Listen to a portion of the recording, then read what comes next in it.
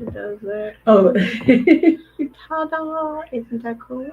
that is cool. People see this before they see us. It gives you a little, then it fades to us. Because I watched the last videos on Facebook. Oh, did you? Oh, was it pretty good? That looks really good now. See, it fades. Then you hit this.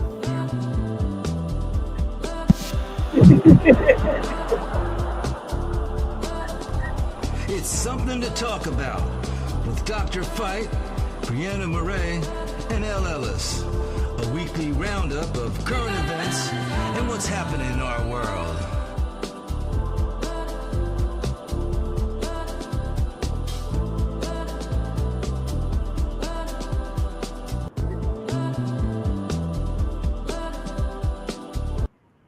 That's pretty good. I forgot my skills for a minute. Okay, I'll let you go. All right, you guys, welcome to Something to Talk About Monday.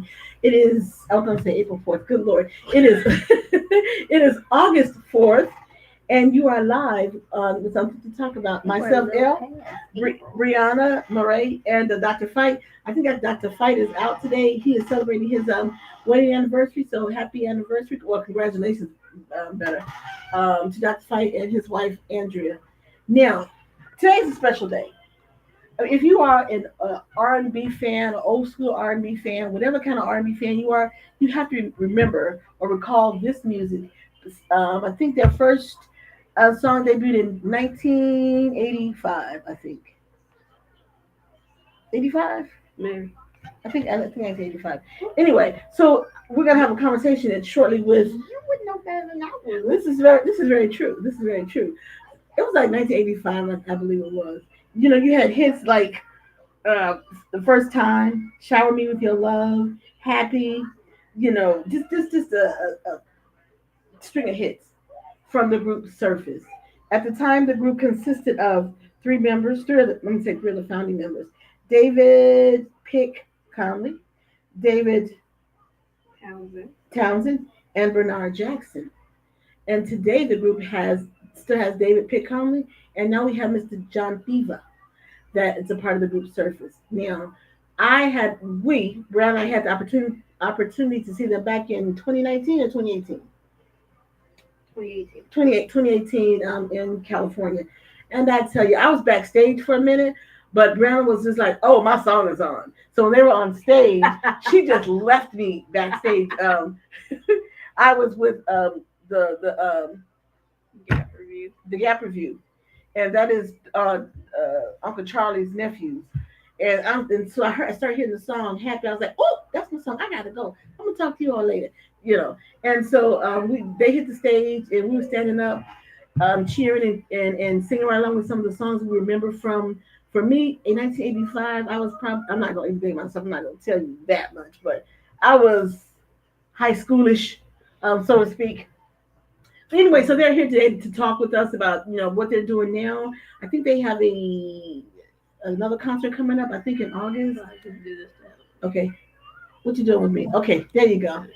So there's Mr. Fever. Hey, Hey! And Mr. Conley is going to come in the room, I guess, at some point. So anyway, let's start talking with John. How are you, Mr. Fever? Welcome to the show. I'm well. How are you? I'm so happy that you guys are here. I have been like, I'm like, Surface is coming on the show. Surface is coming on the show. Thank you. Appreciate you. And I do remember, yes, the Gap Band, Yep. Surface, Uh-huh. and who else was it? The Gap Band, Surface, and Switch. With the Twitch. Switch. There you go. Yes, it was. There we go. I remember. Yeah. Man, I remember seeing you guys, and like I said, ran off and left me because I was backstage. And when you guys hit the stage, I was like, "Oh, I know that music." I just remember.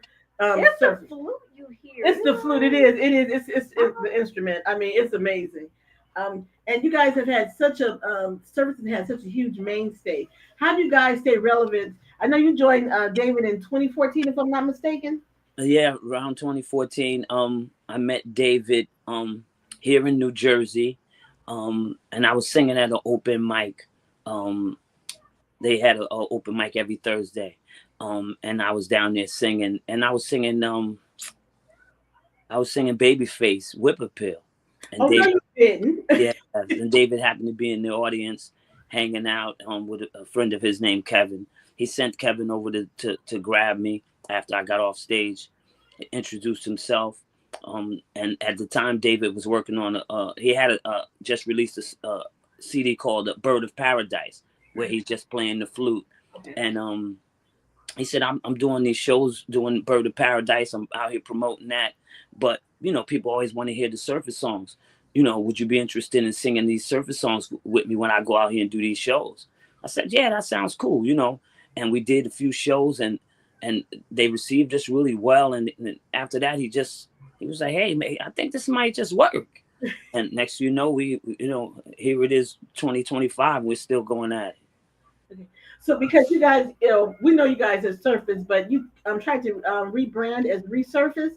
Is that correct? That's correct. In 2015, we put a CD out called "Where Have You Been" under the name Resurface, as we continue the legacy of the resurface music. Have you found it challenging at all to kind of get people to familiar with you instead of the original Surface sound, or have you? I'm gonna tell you what's crazy. What kind of propelled him into thinking about going forward with the thing was, most people would come up to me and say, hey, Bernard, you still sound great. Oh wow, you still doing your thing. They had no idea I wasn't Bernard Jackson, which was, and the thing about the thing about Surface was, people know the songs. They love the songs and know the songs, but really can't put the face to the name type of thing, right. And I think that was the thing. So people really just, as soon as I start singing, they just know the songs, and they just like, oh wow, that's him. No, that's not him. That's the new guy, but they didn't really know. And then I think that's kind of what made it click for David. And then from there, we just proceeded on. We just went on. After a while, through social media and so on and so forth, people started to recognize me as being the lead singer, and they could kind of start to differentiate the two as time went on. Well, I think it's kind of difficult because when I heard you, I had to ask this question to myself. I said, is that one of the original members? And then I kept looking and kept looking. So I just had to go and start reading the bio. I was like, no, but you sound so much like, Bernard. I mean, it's amazing to me. I mean, so, I think it's nothing but like kudos to you and your hard work. So how long have you been doing music? How long have you been working on music, been in the industry? Well, I started singing when I was very, very young. My father sang in a group called the Monotones back in the 50s, and they had a hit record called Who Wrote the Book of Love, major record. So as I was growing up, they were doing the rock and roll revival shows, and they used to rehearse in the basement, and that's what I grew up watching and seeing. So that was kind of my first forte into the industry. Okay. Seeing what it was like. And then in 1987, right before I graduated high school, me and a few of my friends were walking in New York, headed to the Apollo to audition at the Apollo. Okay. And we were discovered by a gentleman named Vincent Bell, who wrote I Saw You Walking in the Rain for Orange Juice Jones. Oh, okay. And he took us to meet Russell Simmons. And we met Russell Simmons, and he signed us to a record contract. And I was in a group called the Black Flames at that time. And we put out a record in 1990 called Watching You, and a few other records. So that was my kind of introduction into the industry. Def Jam, the Black Flames. That was what I was doing at the time when Surface was doing those hit records that they were doing. What does it feel like to you to hear Surface music and now you're performing Surface music? Is that like a full circle moment for you right now? It's crazy. It's crazy because I could be sitting at home and my phone will ring and somebody will be like, yo, you're on the radio. I'm not on the radio, but I've been doing it so long that's how they see it. Damn, your song's on the radio right now, and they'll be playing they'll be playing Happy, you know. You listen. So it's kind of surreal. I think Happy is when people say the song Happy, they get it confused. I think with the song from Pharrell Williams and then Yeah. Happy, and I said that's two totally different sounds. Yeah, it is for real. But two huge records, that's probably going to stand the test of time. Happy is an incredible record that we close out with every show because do you? People wait to hear. That's the one. I know that's the one, and I love the flute, the sound of the flute playing from David. So do you play any instruments at all, or it's just your voice? Just the voice, I should have listened to Mama when she told me to learn how to play the piano, but I didn't. So now just me and the voice. That's it. But your voice is your instrument, though. Yeah. So it's all good. I mean, I think when we were growing up as kids, my mother made sure we had to play an instrument, so I grew up playing the clarinet. Yeah. That's when school music in schools was prevalent. And there you go. Yeah. I think every kid who's interested in music should have the opportunity to do so. And it's unfortunate that they take it out of the curriculum. Mm-hmm. It is sad. So, are you guys performing with? I read somewhere. Are you guys performing at some kind of fest in August? August. We'll be August 15th. We'll be in where we'll be. We'll be in Indiana. We'll be opening up for Chrisette Michelle. Yeah, Chrisette. Yeah, and you'll be. It's not Evansville. I got to look at it. Elkhart. There you go. We'll be opening up for Chrisette Michelle. Who's on that card? Chrisette Michelle. You guys. Talene Johnson. Howard Hewitt, and Jeter Jones, who is a big Southern soul artist. Okay, I was gonna say because I'm not familiar with. Yeah, I'm not familiar with him, but since you guys will not be maybe not too far from me, I may try to come down and see you guys in person. Okay, well keep me posted. Keep me posted if that's not too far. If you let me know. It's really not too far because I used to have a friend who lives close to South Bend, so it's not that far. It's like a 2 hour. It's like a 2 hour for me, so that's not bad at all. Okay. Okay, so tell me that you guys are going to be making some new music because I am interested, and I will be thrilled to know that you guys are making new music. Well, we've been we've been talking about. David has been on me about it. We've been talking about it. I live in New Jersey. Dave lives in Georgia. So and nowadays with technology, you could do anything you want. We've been talking a lot about getting back into it. In 2015, we did where. Okay. John Fever popped out for a second. I think he's gonna come back in. Brianna, I got a little technical issue, but I think it's on John's end. So I think he'll fix it and come back. We were just talking about. I'm talking for those of you who are just joining us. John Fever. Brianna, I got a black screen. I think something happened with John's on his end. I think something happened to John. Anyway, we were just talking about them having new music. Hey, Coop Wilson. Oh, that's on his end. Okay, so John's got to fix it on his end. We're like maybe a phone died or something. Yeah, maybe. Yeah. So yeah. So we're just talking about new music. So he said that David's been getting on him about writing new music, and so we looking forward to hearing that. So there he goes. Hey there.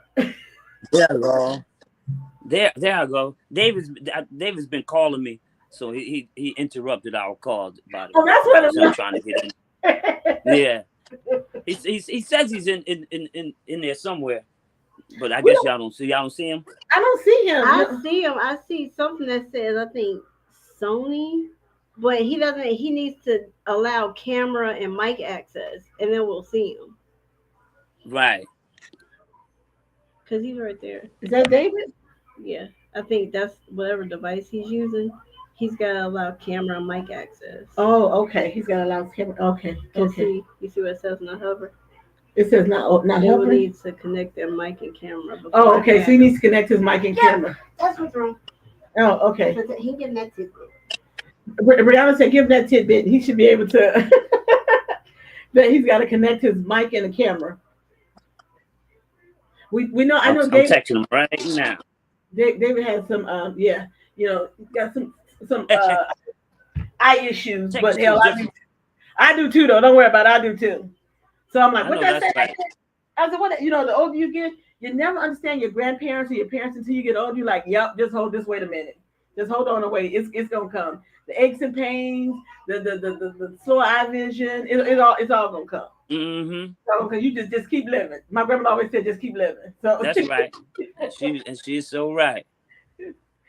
so you were talking about new music, and so you get on. So what's been you just been to hold up? What kind of Yeah, are you looking I've been to for? hold up. Yeah, I yeah, I've been to hold up. Like just life gets in the way. You know, you just living life and trying to do everything you can do. So yeah, we're gonna get back at it. I've been, we've had a nice little run this summer. We've had quite a few shows, and it's got me re-inspired. So we definitely looking to get back there and put some stuff together. And nowadays the way it's set up, it's one single at a time anyway. It's not like you got to go sit and record a whole album. You know, the way the industry is set up, people put out a that's single, it lasts for about 2 or 3 weeks, and they put another one out. So it's a different industry. do you guys find it difficult to navigate the way the industry is now versus like back in the late 80s or 90s? I mean, is it better or worse for say R&B artists? Well, I think the way it's structured, it's better because you have access. We can put out a record and be anywhere in the world just like that instantly. So you have that access. But right now, what the major part of the industry is pushing is what opposite of what we do. With the love music, that's not really what's being pushed out there. So I think that's the difficulty. If you're looking for that kind of music, it's out there. You just got to search for it. Because There's plenty of new artists, young artists that's really doing some good stuff out there. But you got to find them because they're not being pushed out in the forefront the way they probably would have been in the old days. I know I've been coming across quite a few new artists, and I'm just, and I'm like, well, who is this? But their voice and their sound is fantastic. But like you said, they're not being pushed out there. So okay, so let's go back to 2018 when we saw you guys, and we Mhm. thought, and I thought there was gonna be like this, I guess, re-energized or for R&B music. Do you still think that's there, or is it lost, or what's happening with it? It's like I said, it's out there. It's still out there because people. I'm gonna tell you why I know it's still out there because people still come out to these shows to see the old artists perform. Yep. And the new artists, most of the new artists, you don't see them doing a lot of concerts. You see them making like appearances. They go to the clubs, they make appearances here, they make appearances there. It's the young artists, the older artists that people are turning out to see their shows. The Charlie Wilsons, the Baby Faces, the Joes. That's where the people are at. They're going to see those artists. So that people want to hear the music. It's just a matter of being able to seek it out and find it. That I think that's what it boils down to. Okay, because I got to bone pick with you because I know Uncle Charlie and Babyface that they're Mm-hmm. going to be in Chicago in September. Yeah, with Casey from Casey and JoJo and El DeBarge, if I'm not mistaken. So I want to know why you're not on there because that would just like make my entire day. Cause I knew where you were going as soon as you opened your mouth. I'm like, you know what? That's so flattering. That would be incredible to be on that kind of a lineup with those artists. And you know what? What they say, speak it into existence. Yeah. You just spoke it into existence. We'll see what happens from here. Okay. I don't know. Everybody, anyone who knows me know I love me some Babyface. Me I, I, too. Me I too. love you guys. Absolutely. I love Elder Barge. I mean, so to me, Absolutely. that would just be like, and Uncle Charlie. Let me tell you, if people don't know this, when you go to Uncle Charlie concert, Uncle Charlie gonna take you to old school Gap Band. Uncle Hmm. Charlie latest stuff, and then he gonna take you to gospel. He gonna take his shoes off. He gonna do. He's gonna be on stage until you say, "Charlie, it's enough. I got to go. I can't stay." Yeah, he wears that stage out, don't he? He makes. I mean, your money well spent. Well Yeah. spent. He knows how to put on the show. At 70 plus years old. Yes, yes. And see, for me, Amazing. new artists they don't do that. I think the last time I went to see a couple new artists, I said I got like maybe 3 songs. I was like, is that it? Yeah. It was like an hour, and I was just like, that wasn't worth my money, and so I was a little irritated. I bet. Yeah, it's a difference. I mean, you see the work that's put into it when you see these old school artists. You Right. see the work, but there's quite a few young groups that's still doing that thing that has that same kind of vibe. And they're out there. You just gotta find them, support them. You know, when they do come through, because they're doing their thing, and they love what artists like Surface, what Babyface, you know, 112, you know, all of those. They love what they do, so they're just looking to, they just need that springboard to get them out there, you know. So we got to support them when we do see them out there. Look at here. It was the wrong. You gave me the wrong link. I've been trying to get. I've been Late, on the same. late, but but here.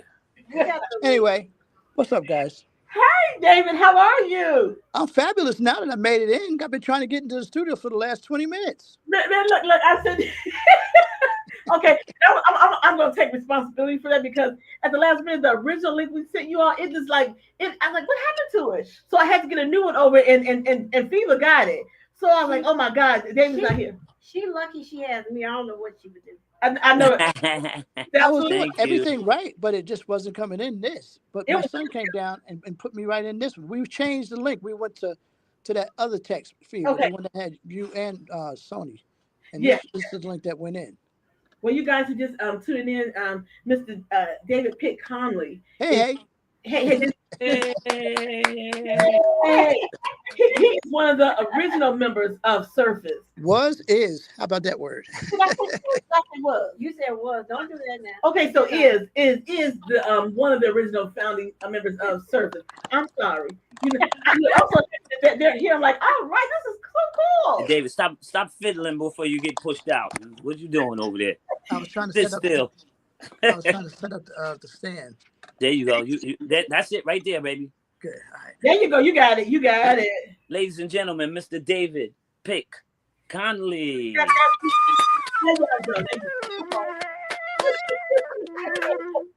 I go.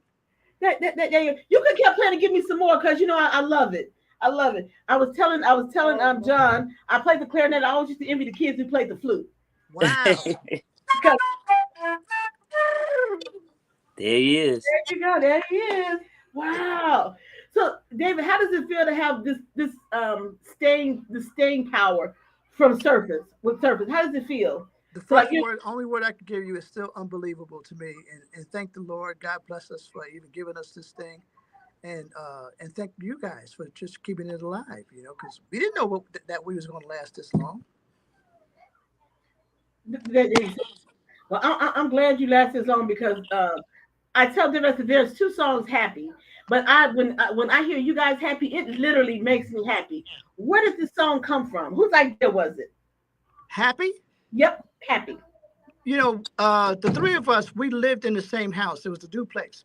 Dave and Bernard was on one side, and I was on the other side.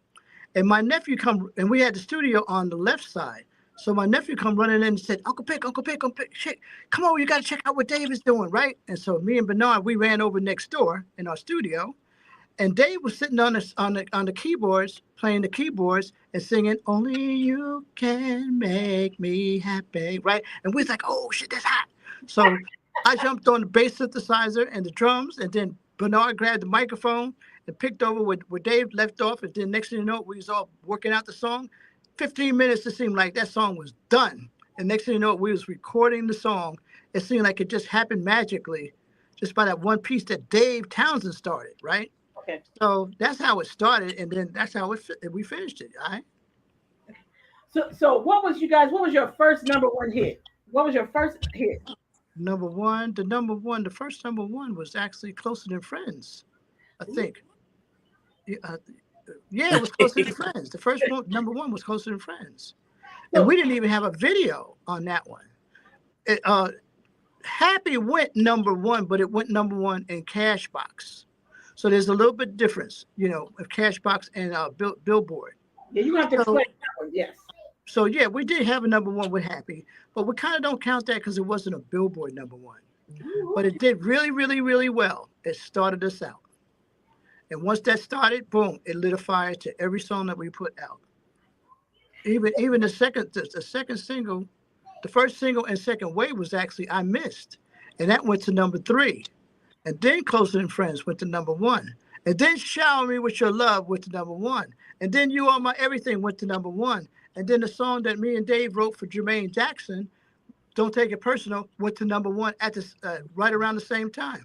You Are My Everything was number 1. Jermaine Jackson, Don't Take It Personal was number 2. The next week, it flipped over. Jermaine Jackson was number 1, and we was number 2. So we was kind of like doing our thing, you know what I mean? So I wrote that song for Jermaine Jackson. I can sing that right, but I'm not a singer, so let me just shut up. Yeah. Yeah, we do that. We do that one in the show. Oh, yeah. So are you guys finding that you're introducing your music to a newer generation, a younger generation? Well, when we do shows, guess who's out there? There's a new generation out there. Okay. So we definitely have our old generation, yeah, but they bring in their daughters and sons and everybody else in the neighborhood, So there's some of them are hearing us for the first time, and others are hearing us because their mothers was playing it. We get that a lot. My mother always talks about it. My dad always. Yeah. They said that they made us from you guys music. I'm like, okay. Yeah. We be like, what you know about that? Oh, I know about it. I know that was played that record. That was my daughter. We saw you all back in 2019. Exactly what she said. She said, that's exactly what she said. That's my song. And people were like, how do you know that song? She's like, my mother played that. And, that's my daughter sitting next to me. And she said, my mom played that all the time. I grew up on old school. So, right. It's great that your music transcends generations. Is that what you guys were looking to accomplish when you started in this industry? To like keep your music out there for generations? No, see, we had a mentor named Ed Townsend. Ed Townsend was David Townsend's father. Now, let me give you a little history on him. Ed Townsend wrote Let's Get It On for Marvin Gaye. So he was quite an accomplished songwriter, singer, as well as producer. So he would always say, you guys, you're always doing fast music and fast cars and girls and fast this, blah, blah, blah. He said, you guys need to do some music that's going to outlast you all. And we're looking at him, well, how are we going to do that? Not knowing that if we just stuck to what was in our hearts and our souls and just did what we liked, maybe that was the answer. And guess what? David Townsend passed away, as some of you guys know. It's outliving him. We're doing an interview on a song that he actually started, right? And it's outliving him. And for all intents and purposes, with my old ass, who knows, it's probably going to outlast me too. So we kind of did it. We accomplished what he was talking about, but believe me, there was no formula for that. That's really up to the Lord and up to just the people listening to some music and having the outlet to put the music out there, of course, for y'all to hear it. And once they hear it, they liked it and they held on to it. And guess what? Other people held on to it. Nas and Cool G Rap held on to it and did a song. R. Kelly held on to it, did his song. Only the Lord can make me happy. See? It's still living. And every time we turn around, somebody else is doing the song. Carl Thomas. Oh, man, gosh. Carl Thomas had a version. Carl Thomas did This Is. Yeah. Who the two twins, Jagged Edge, they did one, same song. Did they really? Same song. Yeah. People will hear that song, and it's not just that one, because don't forget, You Are My Everything was done by Crazy Bone, his double platinum album called The Papers. Will Smith did "Don't Take It Personal" on the Wild Wild West movie, right? Really? Really? Yeah, he had a piece of it. He called it "Cruising" or something. It's- hey, Okay, so I'm always curious to know that when another artist takes your song, how does that work? Because I said, how does it take? Do you have to have your permission to use your music? How does it work? yeah, it's called. All of this is in the publishing realm. Okay. The publishing area is where the songs come in, where people kind of find out who actually published the song, and then they write and they put in requests and stuff. And Harry Fox is one of those agencies, so they find out who are the administrators of that song, and they contact them and say, "Hey, I want to use that piece," and they show them what the piece is, and then they negotiate how much of the record. Now, when R. Kelly was getting ready to do the song, everybody was like, "Oh shit, R. Kelly wants to do a song," right? But I said, I just came in because usually we got a little say in it. But I said, listen, let me tell y'all something. That's R. Kelly. Whatever he wants, give it to him. I didn't care what he took. Whatever he wants, give that man the song. But guess what he did? He only took 25% and gave us 25%. So we end up all getting 25% of the song. I never thought it would have went down like that because R. Kelly, with his fame and his in the business period, one of the baddest writers in R&B music. Don't forget. All the time. And come on now. But when he did it, I was like, wow, he's letting us slide through it. I was hoping he was going to do a video on the song so we could be in the video, but that didn't happen. So, but there once again, somebody was able to do the song because it went through the papers. And believe me, if somebody does your song over again and they make it a hit, this R. Kelly, he sold 5 million copies of the album called R. And Only the Look Could Make Me Happy was on that record. Double album. 5 million copies. And those 5 millions, when you add up with that one song, guess what? We're getting paid. We're probably still getting paid off that song. Who's ever buying our album today, we're still getting paid today.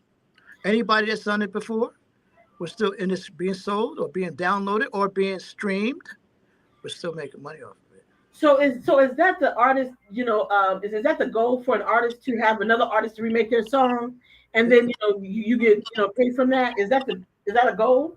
It's a compliment, no longer a goal. It's a wish. And I call Happy one of them songs that a gift that keeps on giving. All right. I can't say enough about Happy. Even when you say the word Happy, and I said this is Surface song, a smile automatically comes across my face. There you go. I'm glad it keeps you happy. That's what it does. That's exactly what it does. So the song "Shower Me with Your Love," what was the inspiration behind that song? Well, Bernard did that song for a group called Tony, Orlando, and Dawn. Some of you guys might not have heard of them. Hey, I didn't know right? that. Yeah. He wrote this song and came in. We was out in L.A. He said, "Yo, Pick, I want you to hear this song that I wrote for Tony, Orlando, and Dawn." Now, they were big back then. They were a big pop group. Yeah. And he played me this song. I'm like, huh? I said, Bernard, you can't get that song to them. We got to take that song to hell with them. Because I heard that. That was the most beautiful song I ever heard at the time. And I could tell it was going to bring us to a different level. Because as you know, we were doing like really R&B, Closer Than Friends, You Are Everything, Happy. This was a different thing. This was almost like we entering in a world of pop. Okay. And we ended up doing it, and it went to number 5 on the pop charts, number 1 on the adult contemporary, and of course number 1 on the R&B charts. But it's one of those songs that kept going on, and it was a gold single, which means it sold 500,000 copies of the single. So it kept on living as a single record that was like a major song for us, even till today. It's still one of those songs that people remember, like Happy. It's one of those songs that, hey, look, y'all better sing Shout Me With Your Love or I'm going to kill y'all. So I was asking John, I was asking him about new music. So, and I think it's his fault. He said it's his fault. So he takes ownership and said it's his fault. So thinking about making new music, what would be your inspiration fever to write a new song? What's going to inspire you to get a new single out? Good question. I know. Good question, because it's about subject matter. What would you talk about? What would you write about? What would you sing about? That's a good question. I don't know that I can answer it. David, what would be your inspiration? Well, inspiration is on the moment. These things happen whenever you're in the studio and you're working on some things. Mm-hmm. And whatever moment that's happening to it, it depends on what's in your lifestyle. Right. How you is it your love interest? Is it your work interest? Is it people that you met on the road? Mm-hmm. Is it about something that's happening tomorrow, which is not even it's beyond us today? See, Mm-hmm. right now the songs aren't very lyrical, but we're Right. a lyrical group. We always told stories. Yes. And that's why people still enjoy us because guess what? That story of their time is something that they related to when they first heard or Shower Me or whatever songs that they hold dear to their hearts. Mm-hmm. So when you look at those things, it's really an inspiration on what's happening with you at that time. Now, we don't know if we're going to write a hit. We have an album out called Resurface, Where Have You Been? And that album was conceived with me and Fever. It was conceived on, okay, Surface, where y'all cats been? What's going on? There's a lot of time going by. What's happening with y'all? Mm-hmm. So we wrote an album on a lot of the songs that's happening that day, Mm-hmm. time period. And some of those songs kind of rang out for certain people. They loved a lot of those songs. Did we stick to the love areas? Yes, we did. Did we go into some other areas? Yeah, we went into some other areas. We talked about some of the things that are happening with us today, not Mm-hmm. today. Yeah. At But that at time. the Right. time, people like, falling into the drug thing. So we wrote a little bit of that we kind of eased it in there, something like that. So there was a thing that's happening when you get caught out there. And how did you handle it when you got caught out there? I can't even remember the name of the song. You know what I'm talking about? People? I can't No remember. idea. No idea. The one that we had, we had the girls sing with us. Um, uh, Yeah. the one that Gene Yeah. Gene, Gene Lennon wrote the music for. Remember? We wrote the Yeah. song for it. Yeah. That was That a was a good bad record. song, right? Yeah. But That was a it good had a record. secret. It had a little secret little concept inside of that thing, where you thought it was talking about a love song, but actually, it was talking about the things that we go through. So not us, but people go through, and they Mm-hmm. get caught out there. You know. So what else? We had party records on there. Whatever Yeah. was happening at the time, we was writing about it. Yeah. Yep. That's where we was at with it. If you guys had to choose or select an artist today, a young artist, someone say like Chris Brown, what how would you work with him? What would inspire you to work with him? I probably wouldn't write something for Chris Brown. He's so hip hop and so into that world that I totally don't believe in. Um, because I'm not that kind of guy. Okay. Right now, since you talked about people that are in that world of young artists, young Okay. singers, there is someone that I really am interested in, and I talked to him about 3 days ago. His Okay. name is Jamal Roberts. He was the winner of American Idol. Oh my God, I love him. I simply adore him. Okay, Oh my I God. heard him Phenomenal. and Phenomenal. I could believe it, and I said, I want to work with that guy. So I sent out Big J Fever. Guess who's working with Jamal Roberts? Big J. He's on tour, and Jamal, the guy, same guy that books our shows, Okay. works with him. So I said, is it possible you can get this guy some songs or something like that? So me and another friend of mine named Martin Blockson, we wrote about 6 or 7 songs for George Benson, and George is like a R&B pop singer. So I Mm-hmm. felt it would be good for him. The ones that George didn't pick, I said, let's send it to Jamal. Now, he did hear him, and then he did call and say, hey, listen, I know who you are. Uh-huh. You know, I did some of my research, and I'm because he's not in from our era, right? Right. Right. Right. And But he he's said, an old soul. yeah, Yeah. yeah, he's an old soul, right? But he said, I love it. He said, one thing, I'm out here, we're doing shows out here and all that kind of stuff. As Uh-huh. soon as I get on the stage, I want to go in the studio with you, and let's go in the studio and let's. He did say he liked one song. I don't know what song he likes, but he did say that at least he got me in the front door, right? Mm-hmm. And the front door was through Clout and what I played for him, just to let him know that I ain't stuck in some weird mode or something like that. I know how to write songs, so that and he just enjoyed that. Mm-hmm. So I possibly, If you guys, if he's a man of his word, he said we're going to go in the studio and we'll go in the studio and we'll cut some music on who? Jamal Roberts. On Roberts. And that was one of my dreams, because I heard him. I said, oh boy, him, I want to work with him. Yeah, I'm not gonna. Yeah, I haven't watched American Idol in years. And I happened to be watching, and I saw him, and I was drawn. I started watching it all the time because I was drawn to this man, his voice, his energy. It was crazy. I was like, yo, this dude is incredible. And I sat and watched, and I usually don't get drawn into that, but I was totally drawn into him. He blew me away. It's just watching him. It's like he's true to his music, to himself when he's singing. So that drew me in because I'm like you too. I don't watch Idol, but when I said, oh, he's a finalist, I said, let me check this out. And so he's awesome. He's an amazing talent. You know how Biggie is a storyteller? Yes. Jamal Roberts is that same way, where whatever the song is about, he brings that across to you tenfold. You know exactly what he's talking about. You feel exactly what he's talking about. He paints that picture. That's what he does. Paints a picture. There you go, Fee.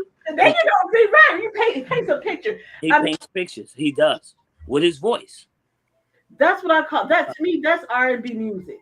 Yeah. R&B music tells a story. And let's not get it twisted.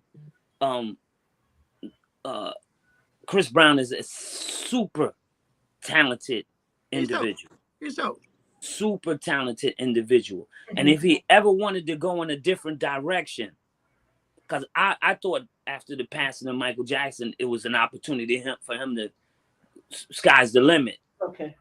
But he still rose to ascended incredibly. But I thought that he could do some music that was in a different vein. But he does what he does, and he still makes it super popular. What I always had an issue with when people say popular music versus like a genre R&B or country or whatever. What's the difference between R&B and then pop music to you guys?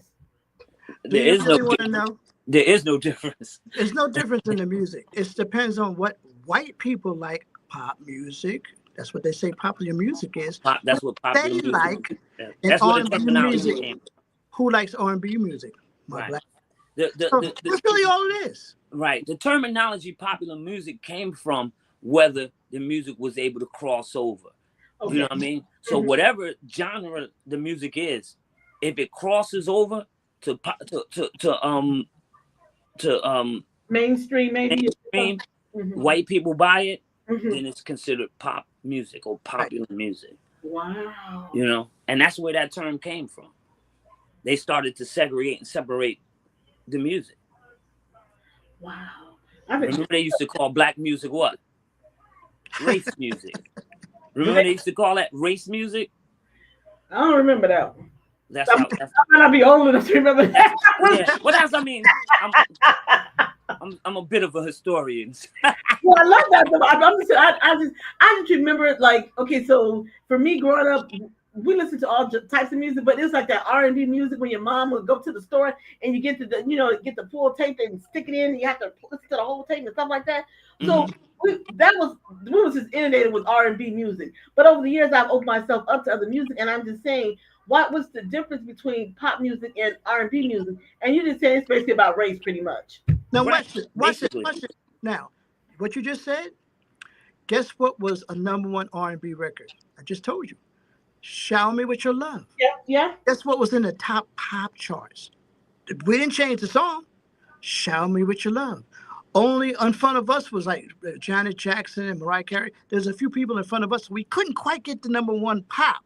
But guess who was listening to that song? It's the same song. Right. It was a #1 R&B song, but it was a pop song too. And guess what else? It was also an adult contemporary song. Now, adult contemporary is when you go to your doctor's offices and you hear that music, and when you go to the grocery store and you hear that music in the sky, you be like, "Oh, I know that song." But think about it. That's adult contemporary. Right. But think about it. When we were coming up, first of all, we accept everything. That's just who we are. Right. When we were coming up, Hall & Oates was was famous amongst the black people. Right. We loved everything they was doing. Yep. It was, and it was considered R&B. It was playing on R&B stations. Yep. We loved it. Yep. You know, I keep forgetting you're not in love anymore. Yes. You know what I mean? Michael McDonald. Yep. It crossed over to what would be considered black music. Mm-hmm. You know, black stations. Yep. But it was just, we just love good music. For us, it's just good music. You know, that's just how we. Right. They the ones that categorize it as black music, pop music. You know, they started, you know, they just came up with a new category for country music because they didn't like Beyonce taking the top spot in country music. Wow. So what's the new category? What did they do? They created a new category. This is what they do. Wow. So what's the new category? Best country album by a non-traditional country artist or something like that. Wow. What? Can you be any more racist? Can you be any more racist? Right. Basically, best country album by somebody that's not white. Wow. Basically, is what they're saying. And like you said, if you did your history, then you would know that country music started out as blues. It was our thing to begin with. Right. Everything is. Right. Everything is our thing to begin with. They take it, they pop it, they put Don't it. Get it twisted. He's right. Don't get it twisted. You are right. Yeah. Oh, absolutely right. Yeah. Yeah. That's why when people was tripping about Ray Charles wanting to do country music, he was like, well, why? I grew up on country music. You know what I mean? This is what I listen to. Beyonce, same thing. She grew up on country music. Why are people tripping? You know what I mean? It's weird though. Once they put their hands on something, oh, it's ours now. So let's what they say, I digress. But do you find it though when you talk to other musicians? Because when I speak to so many musicians, and I speak to a lot of them, they all say to them, music is just music. It doesn't matter where it's black or white. Do you find that to be true, or is that just a small segment of the population, or is that overall how musicians feel? Well, I think that's how musicians feel. Mm-hmm. I think that's just how musicians feel. Because most musicians, there's no color lines. There's no people. They're into the music. They're into the music. I think that's just how most musicians feel. I don't think, but I think again, the industry that backs it doesn't look at it the same way. That's kind of sad because I always think that people should move forward, but I understand you think you should move forward and we shouldn't still be this way, but I get it because I get the climate that we're in right about now, so I get that too. Well, yeah, the climate really hasn't changed. It doesn't change. And you know, when we think about the climate, we talk about different eras. Now, of course, this era that we're in now was quite different from the era when Surface was out doing their hits. That's true. There was a lot of love out there in the air, and then all of a sudden, gangster rap started to come in. But what was it attributive to? What was happening in the streets? The streets was going different. They were getting a little darker in the streets. Yeah. Now all of a sudden, we would never even curse on the radio. Now all of a sudden, you can curse song on the radio, right? Yeah. Then Dr. Dre and Eazy-E, they come out and they be like, "Yo, it's all different now." Now they talk about, and then here they come. I want your mama and your sister too. You know, come on. Now, what is that? That we don't think about that, but the eras was changing. So what that allowed the music, but guess what happened though? This is the serious thing about that changing thing. The record company said, we want these people to go dark. And it's literally documented. They got receipts of the fact that these institutions, these prisons, became public prisons. So what does that mean? That means people like you and I can actually buy a prison. Now that we have a prison, guess what we need to do? We need to put somebody in it because the government was paying for people to be in that prison. So what happened? Part of the music said, "Okay, let's talk some dark shit. Let's talk about these dark guys, and let's get them to do these crimes." And when they're doing crimes because of the music, because music is doing all kinds of things, good and bad, all of a sudden now they got cats that's in the prisons. and it kept going on and on and on. So it's allowing the music, and trust me when I tell you, back in the day when this whole thing that when gangster rap and all that was coming out, Yeah. record companies literally got together and said, how are we going to move these cats? How are we going to get people in our prisons? How are we going to get these black folks that are popular and their music is moving? How are we going to get them to sing about bling, bling, bling? And I want your sister, your mama, your brother, and the drugs. All of a sudden, do you remember when all of a sudden they was talking about, I got some drugs, I got this drug. But they were bigging up drugs. So, since when did we big up drugs? See, It's I negative. It remember when changes your life. because it started coming out like 93 to early 90s, somewhere around there. Early 90s, all of a sudden things was changing. Guess And what? I Early remember 90s, they kicked us off of Sony. what They had no more use for us. for years I said I can't get into that. I'm not listening to that. So because all it was like you said, the cursing, the vulgarness, the degrading of Yeah. women. So I said I'm not listening to that. So I was one who did not literally listen to that. And my kid at the time was coming up, so I refused to allow her to listen to that kind of stuff, you know. And then so like for me, like over the years, I guess, yeah, I mellowed somewhat. I mellowed a little bit, but not so much so that the stuff that's out now, I don't even know what it is. Do you all even call it music? It you know, it could be art, you know, it could be a point of view. It's a lot of it is how it's presented. Again, when Grandmaster Flash and the Furious Five gave us the message, it was just that, a message. You know, it's like a jungle sometimes. It makes me wonder how it keep from going under. Okay. So it was a message.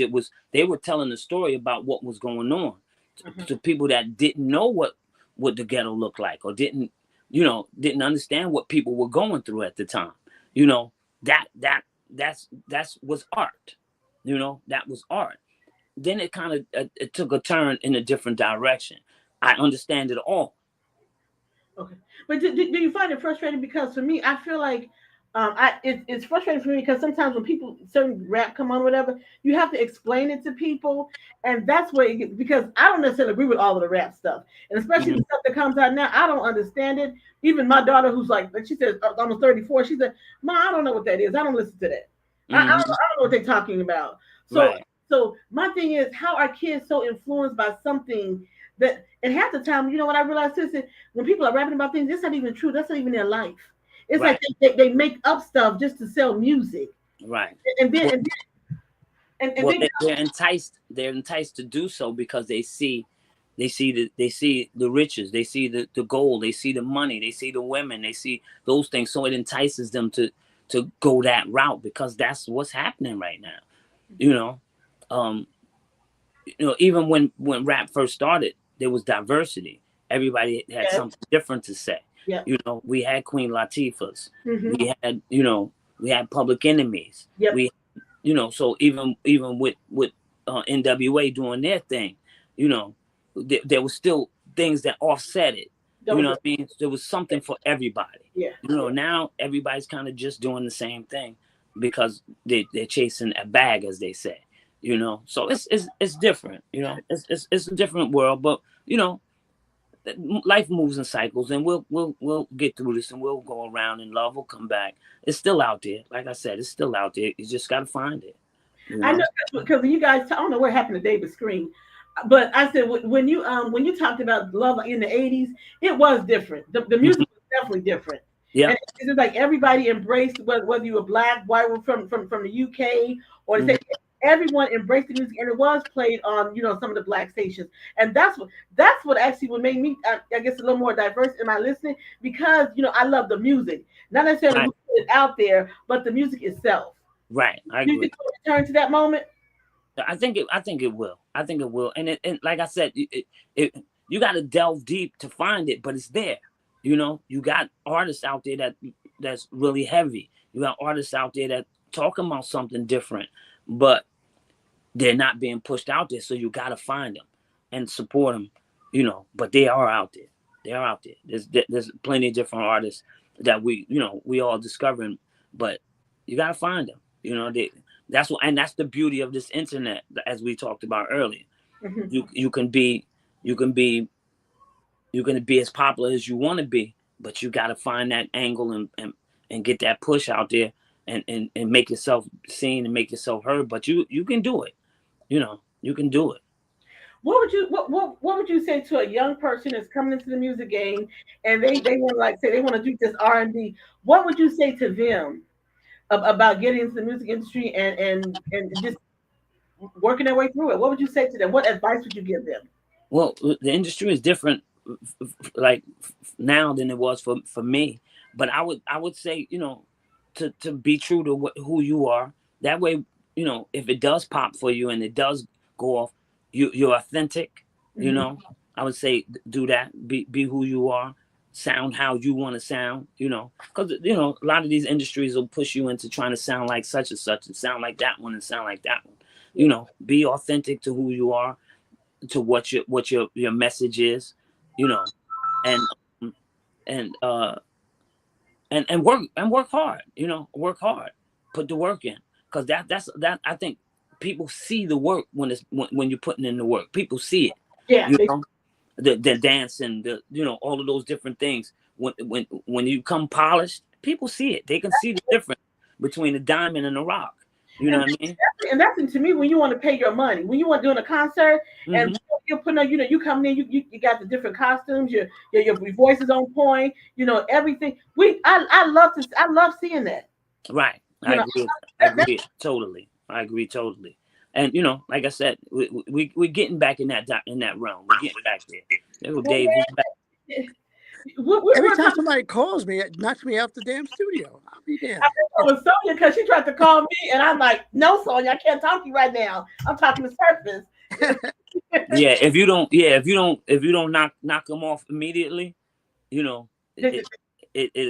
kick you out. Yeah, It sure kick me out. You gotta ignore it. You gotta hit ignore fast. We were talking about artists that you guys may want to work with. What I would love to see you guys work with Bruno Mars. What do you think about? Because Bruno is me. He's dope. He's dope. Brilliant writer. Yes. Brilliant artist. Soulful. Anybody wants to shoot down to Michael Jackson. Everybody wanted to write with or work with somebody that's the biggest out here. He's one of the biggest cats out here. Of course, anybody would want to write with him. No question about it. He's huge. And he's talented. He's one of the best. And he's really, really good. Aside from all of that, he's really super. He's a super writer. He's a super performer. He is. He's just awesome. He's just awesome. Yeah, that's what I thought. When you talk about really put together performers, Bruno Mars is one of those. I would buy tickets, watch him. He puts on an entire show. Yeah, That's what you thought. Yeah. So you guys Bruno's been gone a little too long. Come on back, brother. Well, he said he's just about finishing up his Las Vegas stint. So he'll be back, back on stage, and you guys got to grab him. You guys got to grab him. Okay. Always would be nice, of course. I love her enthusiasm. It's so easier said than done, but I love your enthusiasm. Listen, she got us on tour with Babyface. She got us all Nice. over the place, and I love it. Listen, you got to put it out there in the universe. That's right. You guys can do it. I mean, tell Sonya, reach out there to Babyface. He's like, yeah, Surface, because I'm almost positive Babyface came up in around that same era. In like 1985 or whatever, when he did, Yeah. what was the deal? Was it the deal he started with? He did the deal. Yeah, he did the deal. Then he dropped his first album with "I Love You, Baby." The scariest ways, I want you, babe. Be with me. Yeah. Baby. Killing me this evening. I'm like, I've got the biggest grin on my face. Like I'm Babyface. Hey, listen, you when you say Babyface, you're just saying the magic word, really. He's just awesome. He's just awesome. I mean, you guys. I mean, to be able to write, have him to write you something and sing. I mean, I think it would be phenomenal. I mean, absolutely. I mean, I'm just trying to get like the R&B music and people tune into the R&B because I mean, it's classic, but it speaks to the heart. Whatever you're going through, like you said at that moment, there's something in R&B that you can relate to. Yeah. You can pull something up. And sometimes you don't even have to talk. You can pull up a song and just play it for somebody. Let him They be talk. like, oh, that's how you feel? Oh, that's how you feel? Yeah, That's how I feel. Right. Yeah. I ain't got to say a word. You Can know. Can I ask you two before we go? Because I haven't talked to you guys for a long time, and I can talk all day, but they gonna let me do it. Can you guys just do "Happy for Me" before you all go, or whatever song you want to do? All right, Fave. I got to put the phone down for a quick second. Do your thing. Do your I'm thing, gonna brother. do you and Fave. All right. Yep. You guys are gonna get ready here. Only you can make me happy. Happy. Only you can make me happy. Come on, come on. Happy. Can I go? Yep. Go. I never thought that I find someone like you Sing and it. feel hypnotized with the things you do. I never let you go. Oh, 'cause you're so right for me. I had to let you know. Forever you and me. Only you can make me happy. Dave, hit it. I got the phone in my hand. I'm sorry. Oh my God, that is like the best for me. I'm like a child with like candy pop, whatever. You guys are fantastic, and to do it like impromptu, fantastic. I love you guys. Thank you Thank guys you. for coming in and talking with me. You got to come back. You got to come back. You got to bring We Jamal. most definitely will. You got to bring Jamal back when you guys hook that up. Right? You got to bring Jamal back. I And hear Most you. definitely. when you connect with Bruno Mars, you got to come back and bring Bruno. That's right. Yeah, Right. it's all out there, and especially when you come with baby. As soon as we hook up with Babyface, Yeah, we be right here. yeah, yeah. I love you guys, and I love Babyface, and I thank you guys so much. It's been fantastic. It's a pleasure. It's a Oh pleasure. my God, we got to talk about you guys. I got to get you guys in the magazine for the next edition. So I'm loving it all. We truly appreciate you. Thank you God for bless keeping the you music alive. and your family and your whole family and Oh your man, and God bless you guys too. This is gonna be. I'm going on vacation now, starting today. So after you guys, starting tomorrow. So this was the all best. right. This was the best vacation starter for me ever. Oh, Appreciate it. beautiful. Yeah. Enjoy every second of it. Oh, thank you guys. Thank you guys so much. Appreciate you. We will Hey, talk. listen, we love you. We love you. Oh my God, he said he loved me. I'm so happy. Thank you Okay. guys. All right, you guys. Peace out. Peace out. All right. You guys have been listening to. Okay. What my daughter, she knows she got to do this stuff. Yeah, David's gone. All right, there you go. All right. All right. So you guys were listening to my conversation with Surface. Fantastic. I hope you guys got something out of it. I sure did. It made me smile from ear to ear. So thank you, Sonia, for hooking us up. Thank you, Surface, for being a part of our show today. Ooh, whew. I don't even know if I want to continue with the rest of the stuff because it's going to irritate me because I got to go through the rest of this news for today. But thank you guys for tuning in. I just love it so much. So let's get started here. Brianna Murray. Okay, so let's go here. Let me start with this story. Gail King. So, there's been this huge shakeup with CBS, Paramount. CBS is not doing great in the rate in the rankings when it comes to the morning shows. They're talking about Gail King. They bringing on too many so-called woke interviews. To this day, I don't understand the word woke, and that was never supposed to be connected to the Black Lives Matter. But for some reason, it got woke. It has got connected to Black Lives Matter with George Floyd and all of those things, and that to me that's wrong. It was, with women working and things of that nature. It was connected to all of that, and that's never what it was supposed to do. So Gail King says, wonder if she's going to be there when the new start of September, October comes in. I'm not going to miss Gail. If they get rid of Gail, Gail has made millions of dollars. I'm not going to miss Gail. you know, I don't even know what to say on that point. I'm not gonna miss Gail. She can go or she can stay. But what I don't want to see though a sanitized version of the morning show because I love the changes that they made with the morning show. Tony DeCopo, the other guy, I love what they bring to the morning show. It's just that I mean, for me, I guess I'm kind of soured on Gail when I always saw even after like when Kobe Bryant passed away and she asked to me like inappropriate questions when the man died. So I'm just not a friend of Gail King. Sometimes I think Gail is a little out of touch because you can have so much money at some point you just like out of touch. You watched it on the phone, did you? When they were singing, I know you did. that was so cool, wasn't it? Only you can make me happy. I said, shut up. I said, shut up, Elle, don't sing, because I was trying to hold myself in and not singing. Yeah. Huh? Okay. Okay. Oh, okay, I'll get it. Okay, so let's get up. So there you go, Gail. So Gail, if you're hanging there, I don't think they're gonna keep you though. But you done made millions of dollars. You'll be all right. You'll be all right.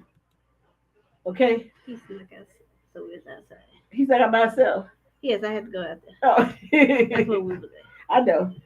Okay, so and then next in our story we have who is this fool? Soldier Boy. So this. Okay, so we have Soldier Boy. Soldier Boy was arrested yesterday in LA on some new weapons charges. And as you know, as you know, he's a convicted felon, right? Which means you can't be in possession of of weapons. So Soldier Boy, use some of that money that you got, the blood money from Trump, and pay your lawyer and your bail. Okay. There you go. Okay. Yeah. Okay. Who's next, Brianna? You guys who tuned in, a lot of you guys thank you guys so much. That was so awesome. I love you too. I knew you were gonna talk a little bit. Talking about you. Yeah, I tried, but it was like yeah.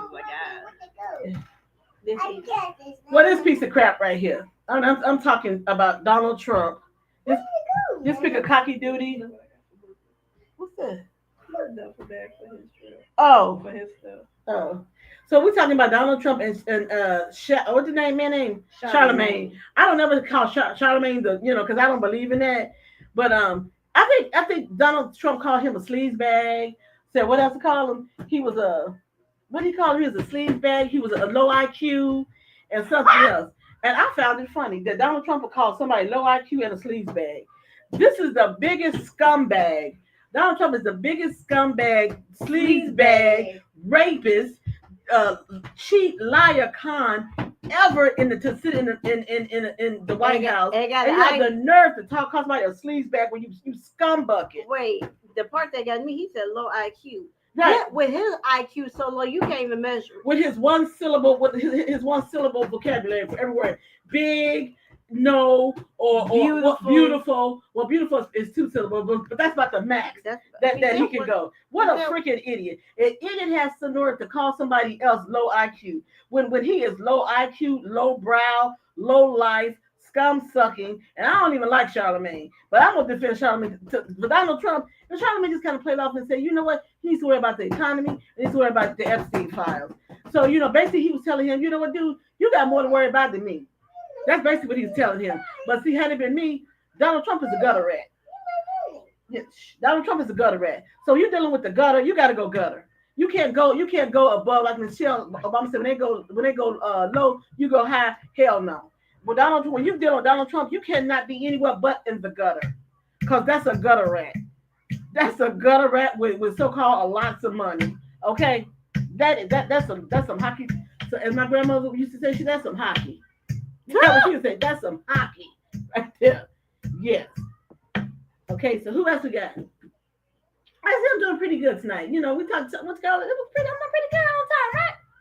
Only you can make me happy. Stop singing. She's telling me to stop singing.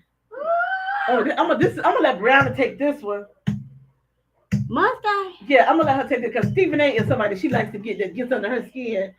So He don't get under my skin. I just think he's stupid. Well, he's not stupid. I think he is stupid, and he should stick to sports. He gets mad over the smallest thing because he's a petty man, and he's just thin skinned. Because I looked at the clip from former First Lady Michelle Obama, and she said with the way he argues about stuff, he should be on the Real Housewives, and I agree. He got all in again. He gets all in his feelings when you're supposed to be on vacation.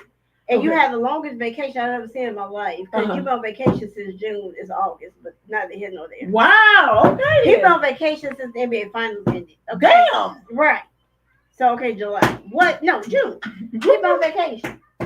You have the longest vacation ever. You probably got Shannon fired from ESPN, but we'll digress later.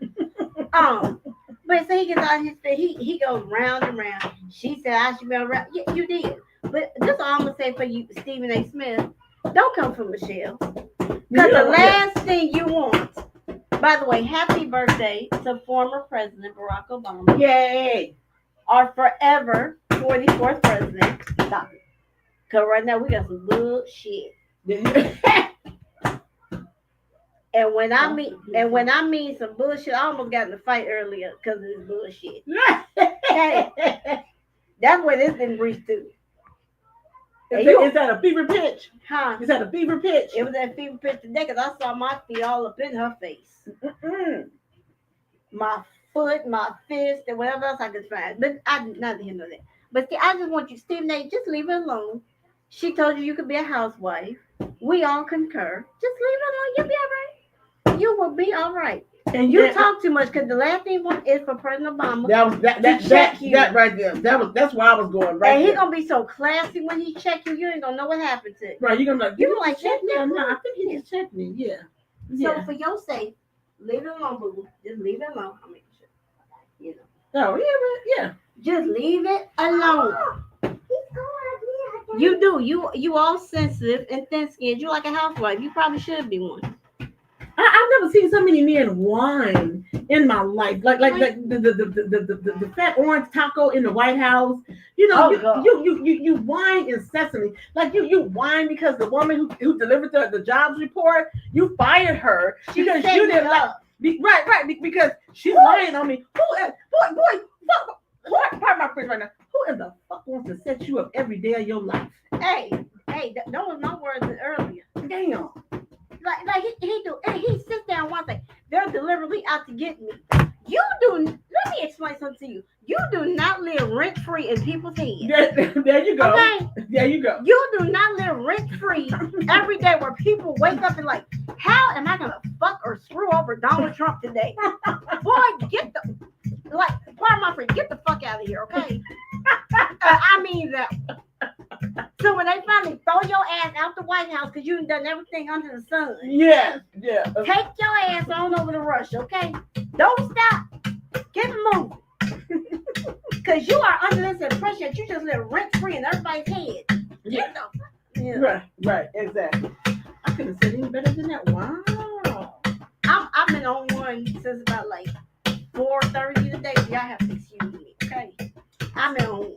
She's gonna kick some ass and take some names. But I digress. She's gonna kick some butt and take some names. But it's all good. But yeah, he's really under the impression that he just lives rent free in people's heads. Like what? Yeah, he really believes that every conversation, everybody is out. Everybody is out here. Boy, only thing people want you to do is go to hell and go away. In whatever order it happens, just go away. The only one that's gonna get you is God Himself. Exactly. And when He gets you, it's gonna be big. You know His famous word is gonna be big. It's gonna be big. It's gonna be tremendous because that's His other word. It's gonna be fucking tremendous when God gets you. Okay, it's gonna be your big, word. It's gonna be big and beautiful. Just don't have right.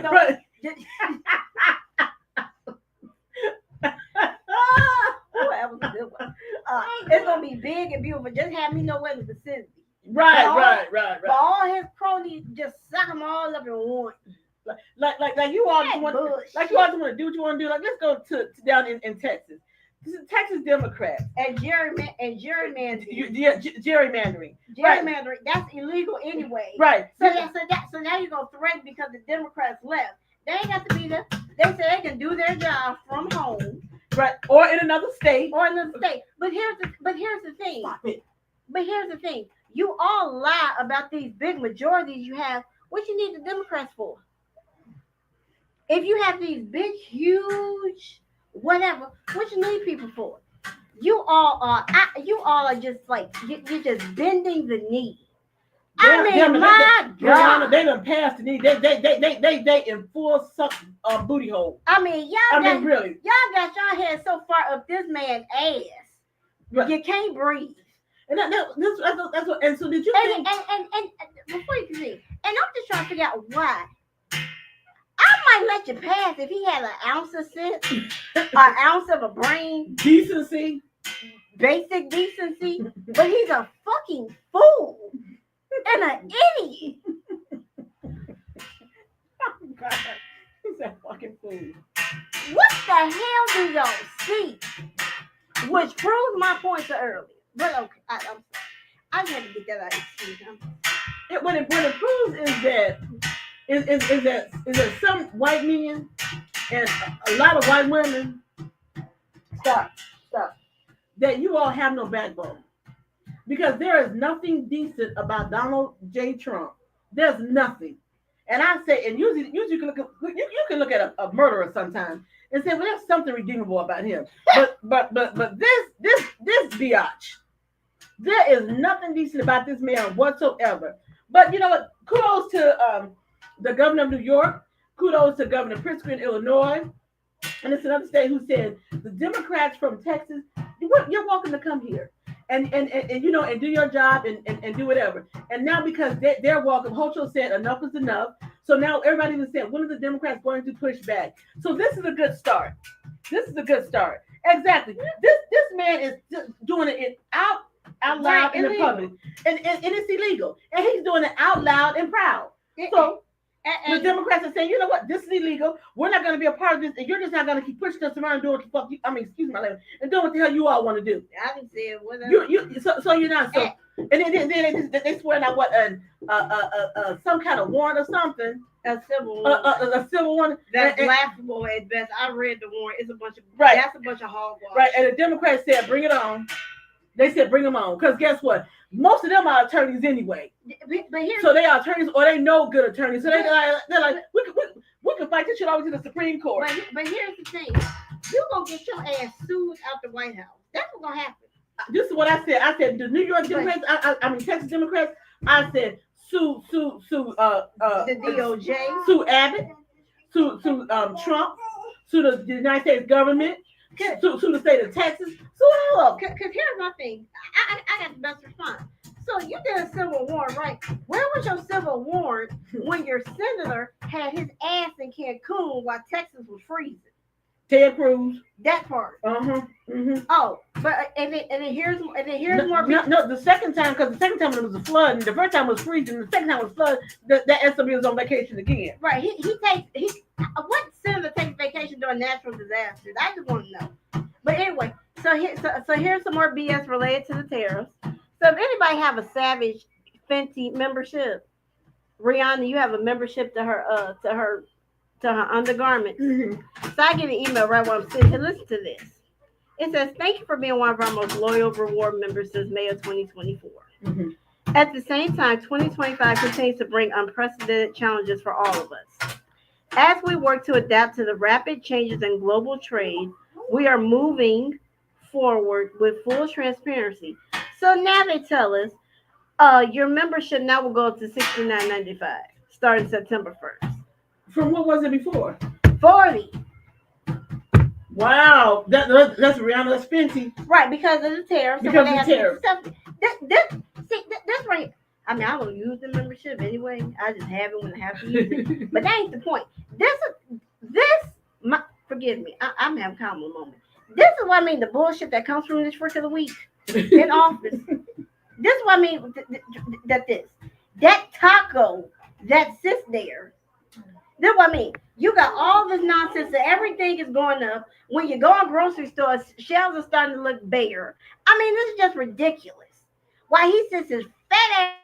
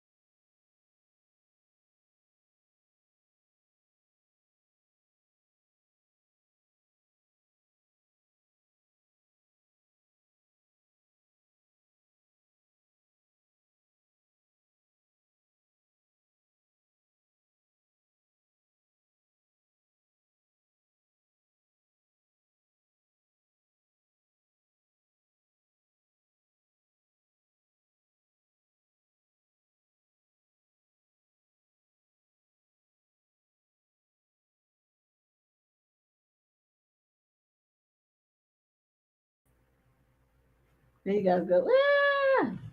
So we love you. Thank you guys. Make sure you come back and check us out after Labor Day. And we got a new guest on. We're gonna have some new a couple of new things for the show. Where we talk about what's our mood today? Is it a negatory? Is it keep that same energy, or what's yours? Make it make sense. Or make it make sense. So mine today has been negatory. or in other words, Mine has been a huge negatory. which means don't come for me unless I call you. And when That you call part- me, I'm gonna answer, but it's not gonna be the answer you expect. And more importantly, that's the hell no. Okay. All righty. So, you guys enjoy the rest of the summer. I have loved every minute of being here with you guys for the first half of the year. We look forward to bringing you some more exciting news, some more stories, some more conversation. And make sure you go to check out lbmedia.com. Lots of amazing products that you can buy that says exactly how you feel today. Some say keep that same energy. Some say negatory. Some say, what's the other one say? Make it make sense. Some say make it make sense. Some say MFer. Some say stupid MFer. Some say stupid B word. It's just what you're feeling that day. Hey, Brooklyn Smith. So you guys are just coming in on the tail end of our broadcast. But you guys can go back and check it out live. Go to my YouTube channel. You guys can check out our conversation with the group Surface, an impromptu little concert. I should have to ask them to do 2 songs, but I wasn't. But anyway, check out the whole conversation and what we talked about during this segment. In the meantime, in between time, what we say here, see miracles in life every day. Just do a smile. Peace out. Peace out. And as long as the Lord says, we'll see you back here in September. Gotcha.